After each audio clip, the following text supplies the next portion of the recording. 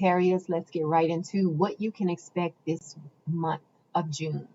You will see asterisks on the screen. I haven't figured out how to draw the planetary symbols, so I'm just using asterisks to represent the various planets until I can figure out how to electronically draw symbols.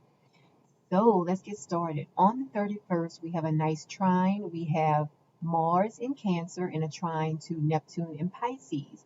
And for you, you're going to feel a transformation happening within your home and family dynamics. So that is going to be great for you. Now, on the 3rd, we have the Sun in Gemini in a trine to Saturn in Aquarius. So let's move this over here. This is acting as Saturn as Aquarius, and this is acting as the Sun in Gemini. So we have the Sun in Gemini in a trine to Saturn in Aquarius. So there's going to be great communications with your partner. There's going to be great talks about contracts, things of that nature. So things are looking great for you as far as how you communicate on the 3rd, how you communicate, who you communicate to. If those of you who are out there who are thinking about entering into a contract, this is a great time for you to look over the terms of the contract at this point. Now, on the 5th, we have a square. We have Mercury in Gemini in a square to Neptune in Pisces. So let's let this act as Neptune. So there's going to be a bit of a challenge between your partnerships and the rest of your family around this time. Okay, it's going to feel like a bit of a challenge that's happening in relation to it could even be maybe you are thinking about signing a contract, but your family is feeling like, no, you should not enter into that contract right now. So there's going to be a bit of a challenge between your partnerships and your legal contracts and your home and your family life. And that is happening on the 5th. Now, on the 5th, there is also an opposition that you need to be aware of. We will have Mars in Cancer. Let's move Mars. Mars in Cancer, and it is going to be in an opposition to Pluto in Capricorn. This opposition represents an uphill battle. There might be something that you want to do with your money, but you are going to feel like, you know what, I'm going through this transformation, and this is not the right time for me to make dramatic changes with my finances. Because remember, Pluto is in Capricorn. Pluto is the planet of death and rebirth. Okay, so it looks like in this case, it looks like your transformation that you're going through will win, because Pluto is also the ruler of the 8th house, and that's where Mercury is located right now. So it looks like your transformation is going to win out, and it looks like you might not end up doing anything drastic with your finances. But it looks like a lot of you are thinking about doing something drastic with your finances, but there's something within you that is saying, hey, you know what? We're going through this transformation. This is not the perfect time to do anything major with the finances. Okay, so that is on the 5th. Now let's move on to what's happening the week of the 6th, because this is the week of the new moon. The new moon is happening on the 10th. It is a new moon in Gemini. So for you, it's happening in your area of your life, dealing with your partnerships or dealing with your contracts that you're trying to undertake. So set new intentions related to partnerships. Set new intentions related to contracts that you are thinking about entering at the new moon. Now, also, that's on the 10th. Now, on the 11th, we have Mars moving into Leo, which is a big deal for a lot of people, especially fire signs. Mars was in Cancer, and when Mars moves into Leo, the fire signs feel more relief. The fire signs feel like, hey, I can finally have some fun and not worry about so many emotional things. So that is on the 11th. Now let's look at the next week, the week of June 13th, because we have a great sextile. We have Venus in Cancer in a sextile to Uranus in Taurus. So let's move this over here, Venus in Cancer, and let's let the blue asterisk act as Uranus. So there's going to be a great energy between the transformation you're going through and your health. It could be a case where you have to change something related to your health routine that pushes you forward on your transformation. But overall, it's something good that's going to happen related to your daily routine, related to your health. So if you have been thinking about changing something that you're doing health wise, this is a great time for you to do something new that's going to help you in maintaining a healthy lifestyle. Okay, so that is on the 13th. Now, let's go to the 14th because on the 14th, we have a square.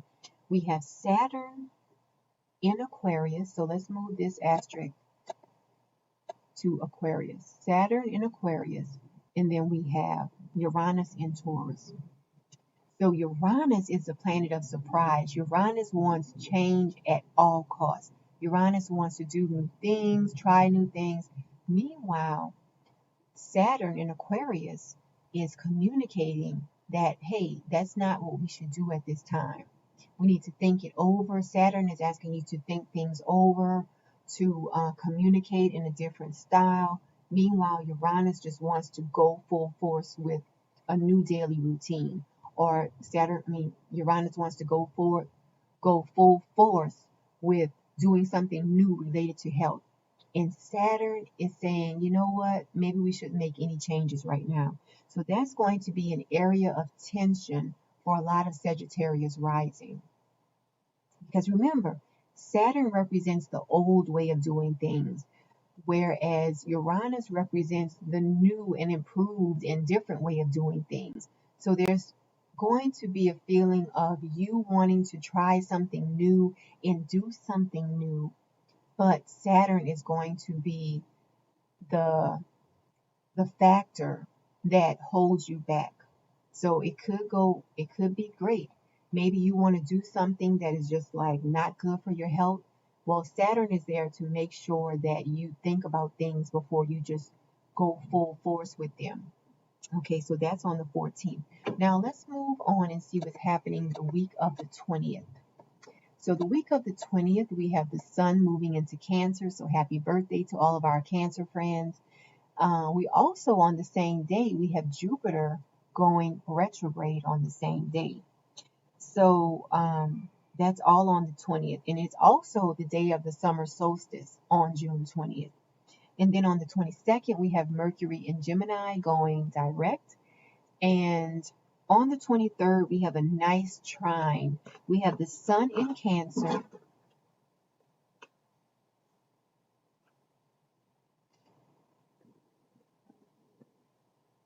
The sun in Cancer is going to be in a trine to Jupiter in Pisces.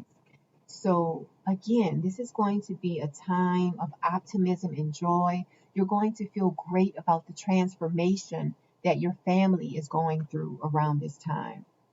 Okay, and now let's move on to the week of the 27th. So on the 27th, we have Venus moving into Leo.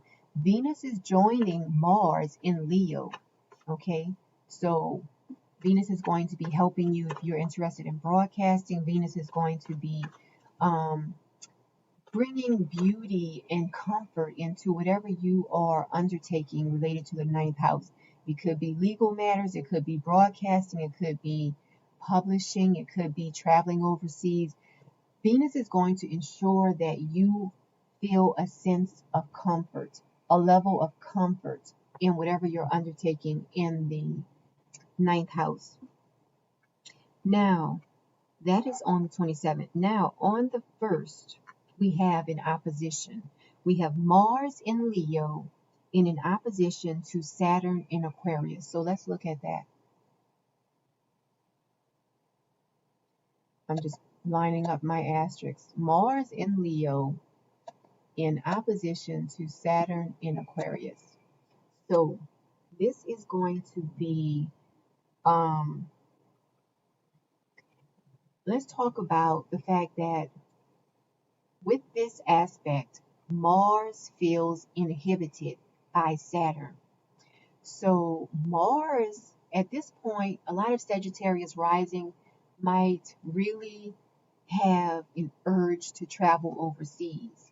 But Saturn in Aquarius is going to be like, you should just stay local. You should just travel locally. Meanwhile, Mars wants to go overseas. Saturn is like, let's stay local. Let's keep it local. Let's just take a road trip somewhere. Okay. So that can be a bit of an opposition that you might have to deal with. Also, Mars might be like, you know what? I want to try things that this other culture is trying. Meanwhile, Saturn could be like, let's try what we are trying locally. Saturn wants to keep it local. Mars wants to expand and go global. Okay. So that's a bit of an uphill, not an uphill battle, but it's a bit of an opposition that you will have to deal with as a Sagittarius rising. So you will have to deal with thinking on a broader scale versus thinking on a smaller scale. That is going to be a point of opposition that a lot of Sagittarius rising will have to deal with in June. Okay, so that's everything I have for you for this month. You can visit my website if you would like to book a private reading. Also, please like this video, share this video, and subscribe to this channel. I definitely appreciate it. Until next month.